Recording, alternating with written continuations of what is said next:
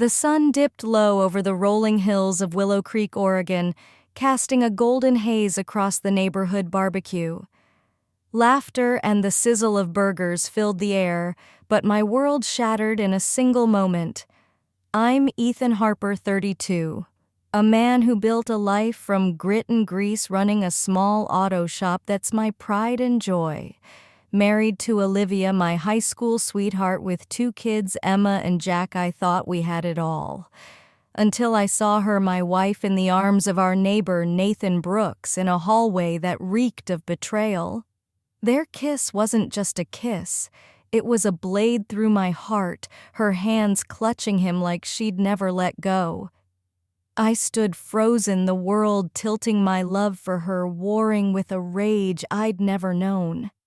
I stormed toward them, yanking Nathan away. Olivia's eyes widened, panic flashing as she stammered, "Ethan, stop." "It's nothing," Nathan smirked, hands raised. "Chill, man. Just a kiss." My fist clenched, but Olivia wedged herself between us, pleading, "Don't make a scene, honey." I grabbed her arm, voice low and raw. "Get the kids, we're leaving." She resisted, whispering, "You're overreacting. It's not what you think." Nathan lingered, grinning like he'd won. "Relax, buddy. Let's go back to the party," I snapped. "Stay away from my family, Nathan." Olivia shook her head. "Ethan, the party's just started. Don't ruin it." I met her gaze, cold and final. "Stay if you want, but don't come home." I walked away, her footsteps chasing me. "Wait, I'll get the kids." Nathan called after us. "You're blowing this out of proportion, man." I wanted to deck him, but Emma's voice stopped me. "Daddy, can I stay?" She was 7, too young to sense the storm. Jack, 4, was already drowsy. We lived 4 houses down, close enough to escape. Olivia tucked Jack in her silence, heavy. In the kitchen, I faced her. "How long, Olivia?" She leaned against the counter, defiant. "It was just a kiss, Ethan." "You're making a mountain out of nothing," I roared. "That wasn't a first kiss." "How long?" She sighed, vague. "A few months, maybe?" "I don't know." "Months!" I shouted, Jack's cries cutting through. Olivia scooped him up, glaring. "Happy now you scared him?" An hour later on the deck with the whiskey, I tried to calm down. Olivia joined me, her voice softer. "You're blowing this up. It's not an affair. Just a few moments of fun." "Fun," I spat. "How often?" She shrugged, sipping my drink. "Once or twice a week. It's not love, Ethan. It's harmless." "Harmless," I growled.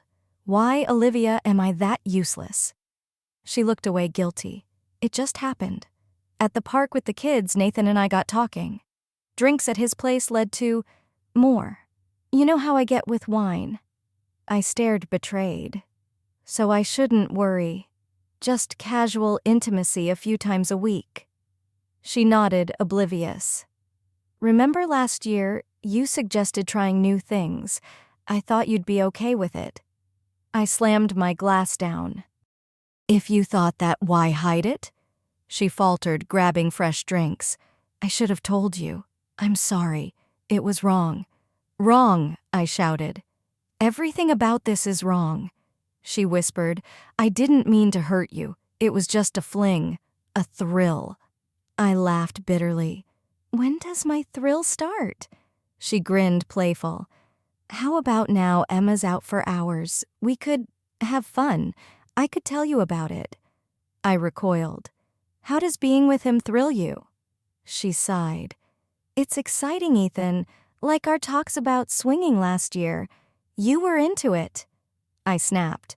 "That was fantasy we were supposed to explore together, not you sneaking off."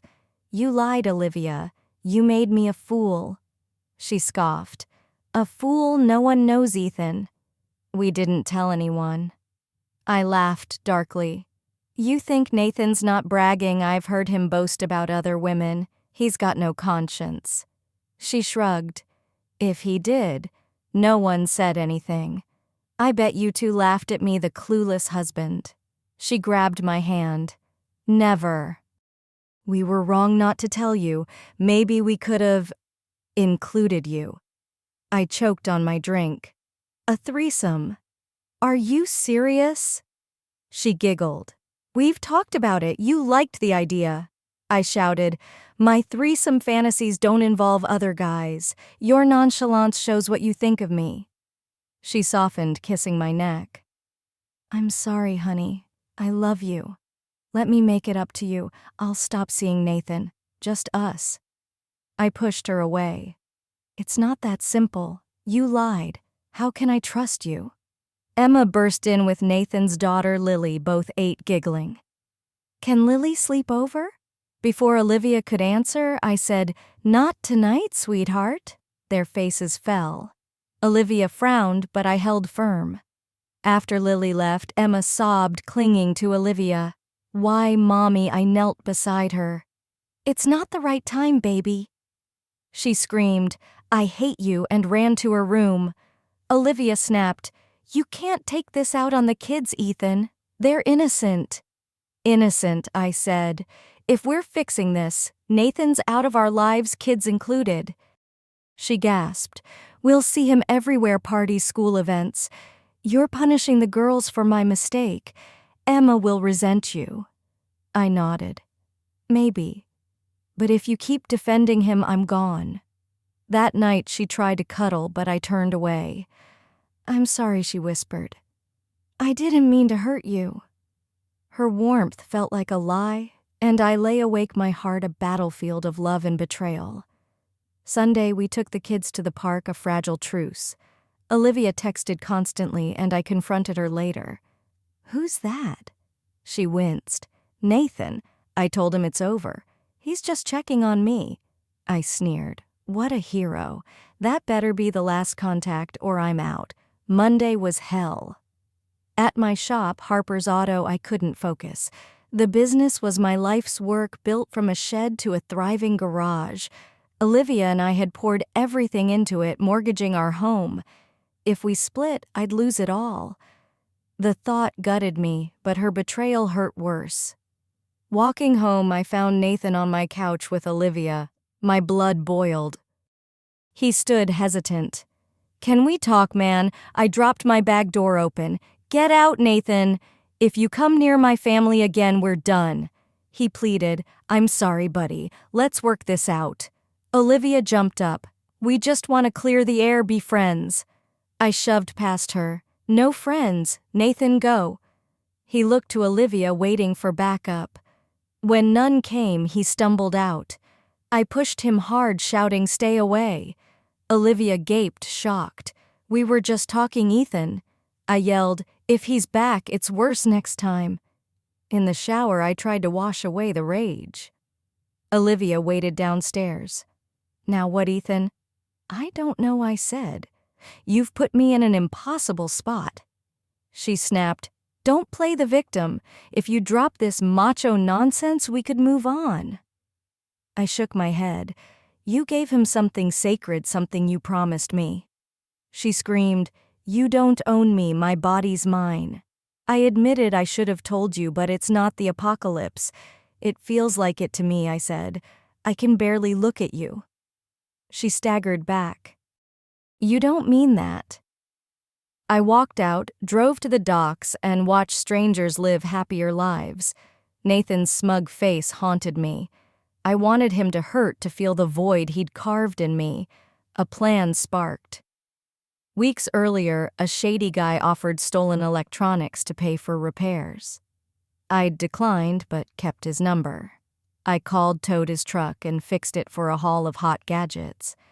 Late that night, I crept to Nathan's shed, unlocked careless, and hid the loot. Next, I tipped off the new deputy, Tom Hargrove, a rookie eager to prove himself. By noon, sirens blared past my shop. My mechanic Mike shouted, They're headed to Nathan's. I smirked, silent. Vengeance felt sweet, but it was just the start. At home, I found Nathan's kids, Lily and Harper, with Emma. Olivia apologized. Nathan's arrested. They had nowhere to go. I exploded. They're not staying here, she pleaded. They're kids, Ethan. Innocent, I snapped. They're his problem. Get them out or I'll take them to the station myself. Emma overheard sobbing, "Why can't Lily stay, Daddy?" I knelt voice hard.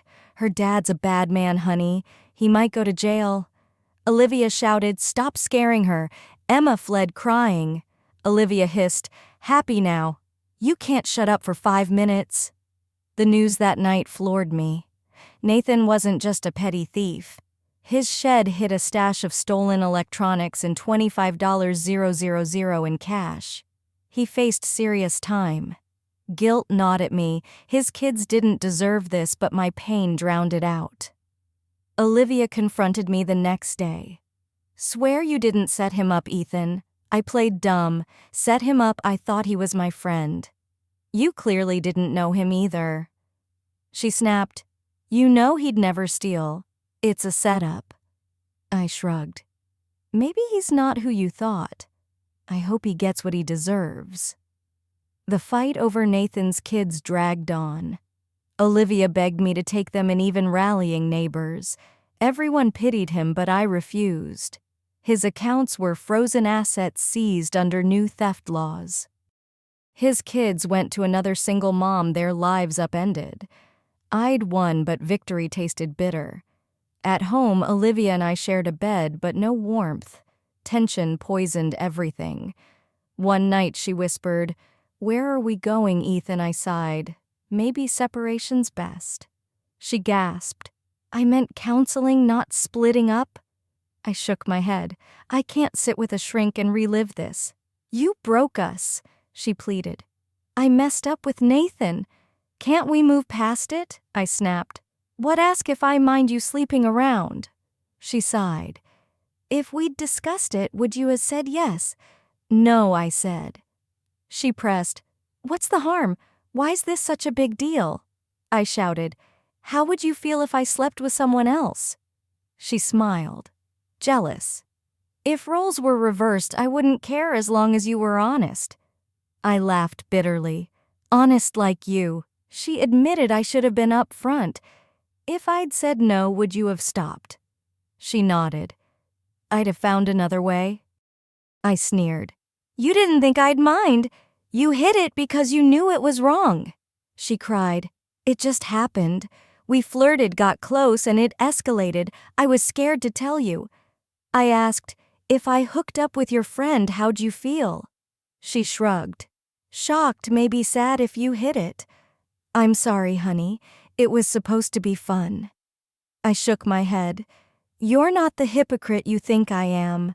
We talked about exploring together, not you going rogue.